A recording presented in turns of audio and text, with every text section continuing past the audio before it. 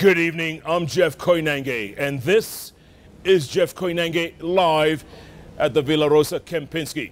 Tonight, if it's Thursday, you know it's all about inspiration. We're dedicating this entire show to our men and women of valor, the men and women in uniform fighting to keep us safe, especially in Somalia. Like it or leave it, we're in Somalia for the foreseeable future. We've been there since October 2011. It doesn't look like we're going to leave anytime soon. Here's the story or the latest news we have so far. Last Friday, a dawn raid on a camp called El Ade in Somalia. KDF troops accompany, we hear. And a company consists of about between 240, 250 men and women. We don't know the numbers that were killed, but we know it was a fierce firefight. Maybe scores, maybe more than 100. We don't know yet because we're not getting the information. The rest of the company were kidnapped. KDF troops from Kenya are still chasing the perpetrators. So we have to hold them in our prayers tonight as we all stand with KDF. By the way, that's our hashtag tonight, I stand with KDF. You can start tweeting. My guests tonight, all the way from Lagdera, that's in Garissa, that's right by the largest refugee camp in the country. My man, by the way, he's declared that he's standing again for Garissa town. He used to be the former member of parliament for Lagdera, former deputy speaker of the National Assembly. Farah Malim is in the house, and his Twitter handle is @Farah Malim. The man in the middle, all the way from Emanuelia. That's right. The man speaks Shakespeare and Greek mythology like you'd never believe. And I tell you, at a time like this, we could use some Greek mythology, if you know what I mean. Barack with the 2 R's, Muluka, whose Twitter handle is @BarackM. And by the way, I had invited the member of parliament for Tetu, Dungu Githenji, to come on the show. He agreed. That's why we were tweeting it all day long. A couple of hours ago, I got a text from him saying he has to attend a briefing. He says, you need to understand we're in a, quote, combat situation. You know, I never force people to come on this show, so if they have to go, they have to go. But the show goes on. My Twitter handle is @Koinangel Jeff. The hashtag, as I said, I stand with KDF. Gentlemen, welcome to the Kempinski. Thank you. Happy New Year. Happy New Year, bro. Washimiwa. Yeah. Happy New Year. Happy New Year, Jeff. You're running Yes. in what was Lagdera, but it's now Garissa town? No. What is Garissa Township? There's been, before we had 4 constituencies. Yeah. But under the last dispensation and the additional constituencies, the 90 that were created, we got 2 more. So Lagdera has been split, and what used to be called Dujas has also been split. Oh, that's right. That's right. So you have now Balambala and Garissa. Lagdera is Dadaab and Lagdera. Yeah. And the So one I'm running now in Garissa Township. and that's the one you choose. Why? Because you want to go against the House Majority Leader. Are you kidding me? I am running because The people have decided. the people have decided. To quote, the people have spoken. The people have spoken of And- their and wish. the center has held. Let's see if the wish is going to be carried all the way to the end. Yes. You know, I've known the former speaker, Yes. deputy speaker for a while, and I think he shouldn't go back to politics. Yeah. He should or he shouldn't? Shouldn't, because reminded this evening, and we're not going to be talking about Shakespeare, we'll talk about things more recent. Yes. Mark Twain, Yes. the famous Mark Twain of Huckleberry Finn fame, Tom Sawyer. Correct. He said that there is need for politicians and diapers or napkins to be changed every so often. Often, yes. And for the same reasons. Yes.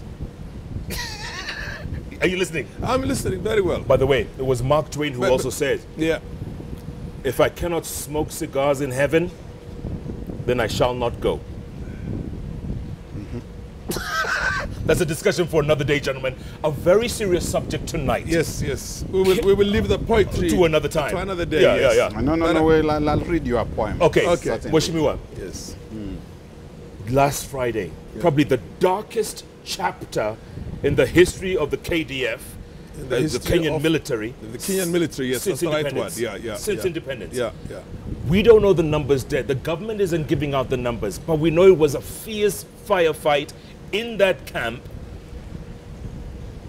and dozens, scores were killed. Yeah. Scores. Yeah. And more kidnapped. Yeah. The few that we've seen on TV returning at Wilson Airport Yeah. is maybe what, a couple of dozen at most. 30, I think. At most. Yeah. Mheshimiwa, your thoughts on what happened? No, it's first of all my condolences and my prayers go to the families of the officers who were either killed or missing. And also for the quick recovery of the ones who are injured and who are in our hospitals right now. And the families of the officers who suffered this tragedy. It's bad. Indeed, it's bad. And in military or in warfare, when you are engaged in a combat, it's not quite out of the expectation. When you're fighting your enemy, you expect to kill and to be killed. But the scale and the magnitude right now, and the fact that we were caught flat-footed, is worrying. Yeah. I don't want to speculate on exactly why we have had such a powerful casualties and why we didn't have intelligence, prior intelligence, why we were not ready for this. I don't want to speculate on that. This is a purely military matter. But clearly we were caught flat-footed. There's no doubt about that. Yes. Barak, you're a media man. You know, you're a publisher, you're a journalist, you're an analyst, and then you write a weekly column. The fact that we're getting so little information from the government, doesn't that bother you a little bit? Shouldn't they be more forthcoming? Quite a bit, and let me associate myself with the sentiments that have been expressed so far, the condolences to the bereaved families, standing by the KDF, and of course with our nation of Kenya, because as you correctly say, these are men and women of valor. These are patriots, and we are talking about patriots who have fallen. And patriots, we have been told about a patriot as a person who stands up for his or her country at all times, and a person who will also stand up for his government whenever it is right, because sometimes the government will be wrong. And here in Africa, we have gotten used to the thought that when government is wrong and you point out that government is wrong, then you are not a patriot. But that is not correct. A patriot is a person who stands by his country at all times, and who stands by his government whenever it's right. But these men and women of valor go beyond patriotism, because even when they know, because sometimes they know that the government is not right, they still stand by the government. And they stand by their country at all times. Theirs is not to question. Earlier on, I showed you the poem by Alfred Lord Tennyson. By the way, do you have it somewhere? The March of the Light Brigade. Yes. Would you like me to give you? And I'd love the audience to listen to this. A stanza? Yes. Just give you a stanza. A stanza. Go on. Alfred Lord Tennyson. What year was that? 1912. 100 years ago. 104. And 4 years ago. Go on. And he was writing about the charge of the Light Brigade. And he says, half a league onward. All in the valley of death rode the 600. Forward, the Light Brigade. Charge for the guns, he said. In the valley of death rode the 600. Forward, the Light Brigade. Was there man dismayed? No, though the soldier knew someone had blundered. Theirs not to make reply, theirs not to reason why, theirs but to do and die. In the valley of death rode the 600. It's not that Al-Shabaab is scared of fighting Ethiopia. They fought them and chased them out of Somalia. Out of Mogadishu, remember? Mogadishu. Yes. Suffered about 10,000 dead. and they cut line and took off. The new, what do you call, rehearted Ethiopian forces in there. There's something that doesn't add up. There's something that doesn't add up. Yeah. So I have a feeling that I always question, also on your show, why is it that we are not controlling the region that borders us? Why is it that part of Gedo is being run by the Ethiopians alongside us? Why is it that now we have an Ethiopian contingent in Kismayu? Are you getting my point? Yeah. There's something that doesn't add up. There's something that doesn't add up. And Barak, we do you really- agree? Do you agree? There's some holes. You know, we're poking holes here. First, I want to acknowledge that I'm not an expert on matters of war and combat, Yeah. although I've taken some studies in armed conflict and peace studies, but that doesn't make me an expert. There you go. However, in times such as this, there is every reason for us to start putting things together, two and two together, and saying the kind of sum that we come up with. That first, let us look at this happening as something that took place in a military installation. Right. That this is a military camp. We are not talking about a civilian population that has been accosted.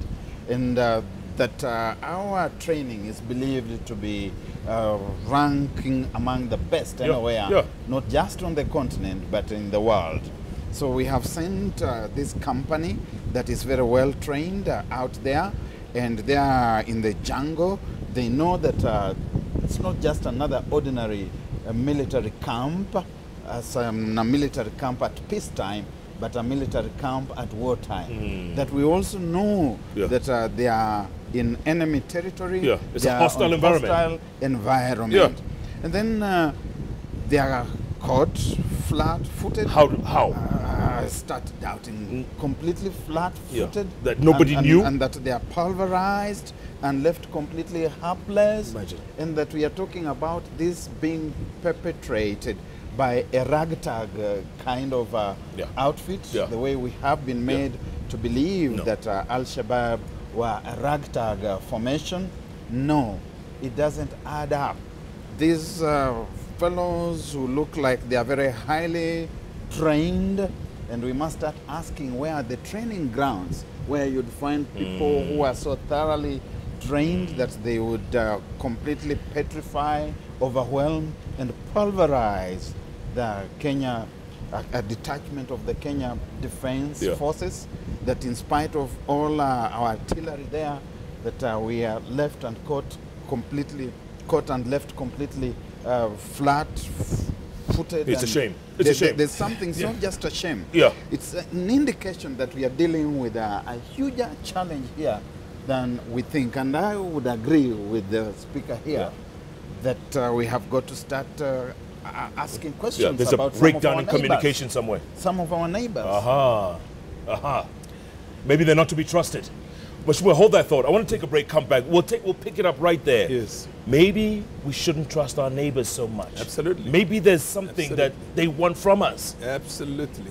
And now we're hurting. We're hurting. This is more than Westgate. This is more than almost more than Garissa University. I mean, this is crazy. And we still don't have these boys and girls back. No. We need to get our soldiers back. First thing.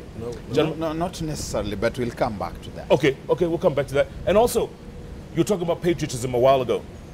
Court today has called for the resignation of Rachel Omamo, CS for Defense. They also start bringing in politics and their own tough wars. And I don't think that this is the time for that. But we can speak to that. Yeah, we'll pick that up in a moment.